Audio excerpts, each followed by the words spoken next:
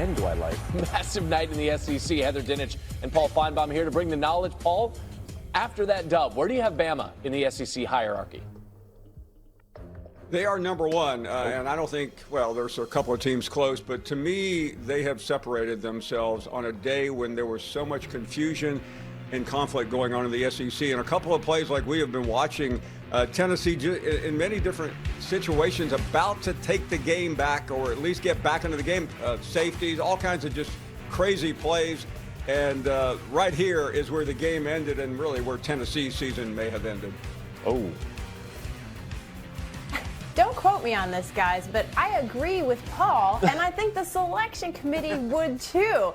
After the games ended last night, I had Alabama number 3 overall and number 1 in the SEC ahead of Texas A&M because the selection committee is not afraid to put a one-loss team ahead of an undefeated team if they've earned it through the eye test and resume. And Alabama has done that, beating 4 straight ranked opponents, 2 on the road. When I woke up this morning and checked ESPN analytics, they're number 2 in strength of schedule, number 4 in strength of record, and number 7 in overall efficiency. This team is getting better every single week, guys.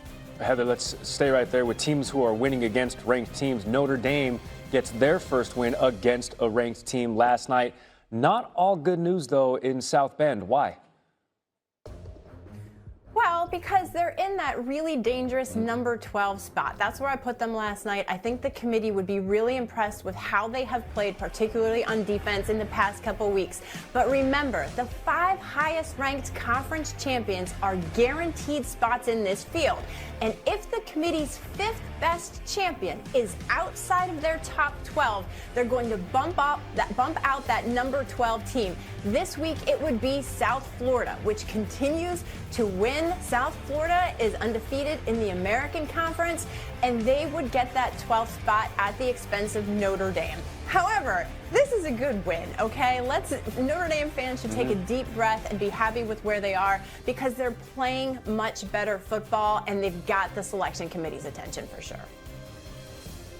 There's no way I'm going to argue with Professor Heather on that point, but I think Heather made the best point at the very end. I mean, this was not only a great win for Notre Dame, it was a season-saving win because they really don't have much of a resume now that other schools like Miami have lost. So they, in my mind, have to run the table, and this looked like the toughest opponent. It's a marquee matchup, one of the greatest rivalries in college football, so I think they'll get a lot of residual from this win. Yeah, Notre Dame has no ranked opponents left in their remaining 5 games. So last night was the opportunity to get it done, get an impressive win, and they did just that. Paul, Heather, thanks so much. Back here with Kenyon Barner and Richard Johnson here to break down winners and losers from Week 8. Since losing their season opener, Alabama's won 6 in a row, including 4 against ranked opponents. Kenyon, how'd they win this game against Tennessee on this night? Physicality and eliminating explosive plays. They kept Tennessee's offense in check. They moved the ball exceptionally well up the field. As you said earlier, they didn't run the ball at a high rate, at a high clip, but they did enough to win this game, and it was impressive. Yeah, I think at the end of the day, Alabama finished drives. Right? They go 4-4 in the red zone. Tennessee goes 2 of 5. In addition to, obviously, the play that you saw there when it goes back for the pick 6 at the end of the first half. I think at the end of the day, Alabama is the team to beat right now in the SEC. I think Alabama has gotten rid of that kind of post-Nick Saban hangover, and they're coming into their own as a program under Black Hoodie Kalen DeBoer. They've put that Florida State game behind them, and I think the Tide are absolutely rolling right now. So they can no longer criticize his fashion, right? Like, it's over. Like, no, it's whatever you want. As long as it's that black hoodie. It's whatever you want as long as it's the black hoodie. Got to be the black hoodie. All right. Well, like Alabama, Notre Dame has responded since losing their first 2 games of the season to ranked opponents. The Fighting Irish have won 5 in a row, including their first ranked win of the season, taking down rival USC.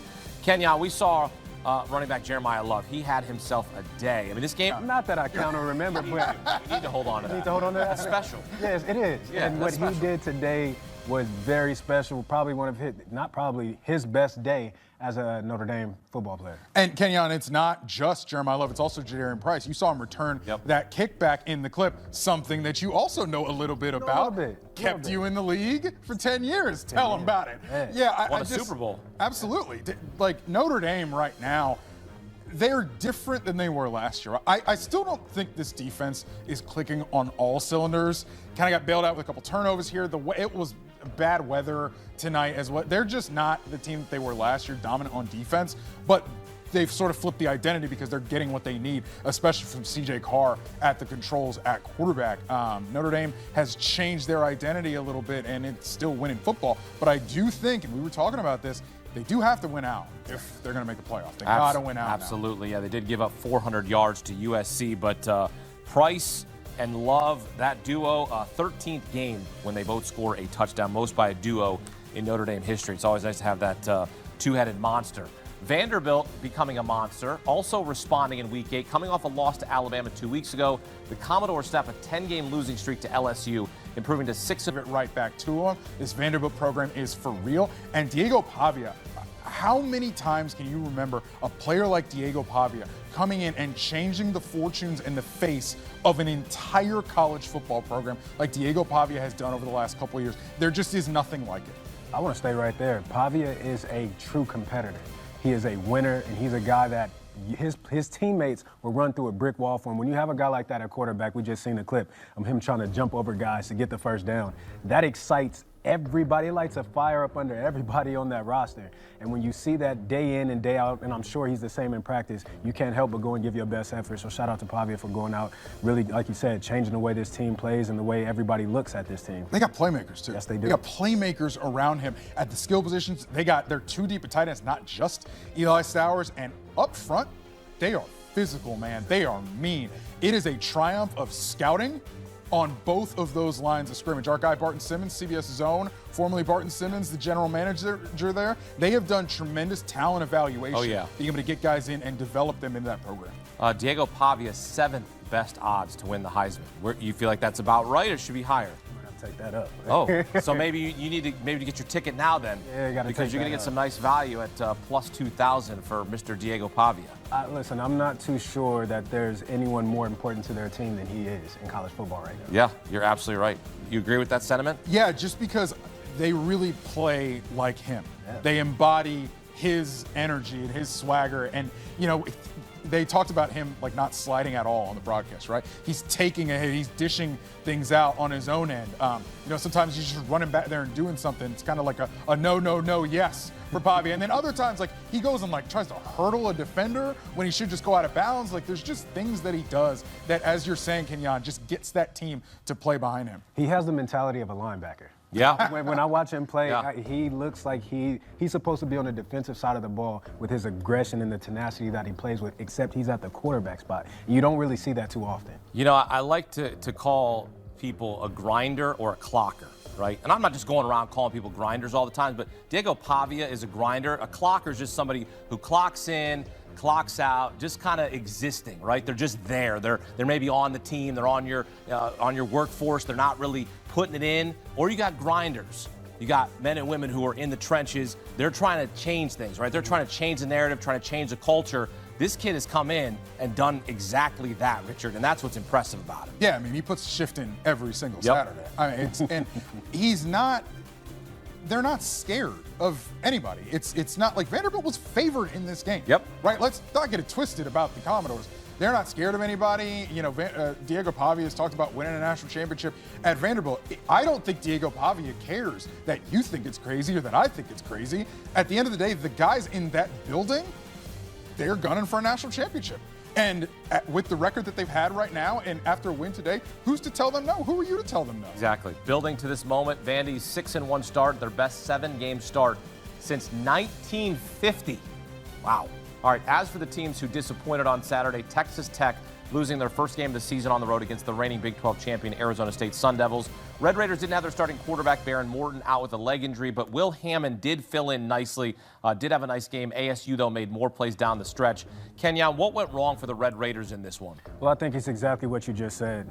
Baron Morton not being there. And anytime you lose your starting quarterback, a defense can pin their ears back and they can take away what you would be expected to do, and that's run the ball. And that's something that Texas Tech could not do today. Anytime your quarterback is leading your room with 15 carries and the next back has 9, there's something wrong with that pitcher. So not having Baron is a huge letdown for this team, and Arizona State just happened to take advantage of it.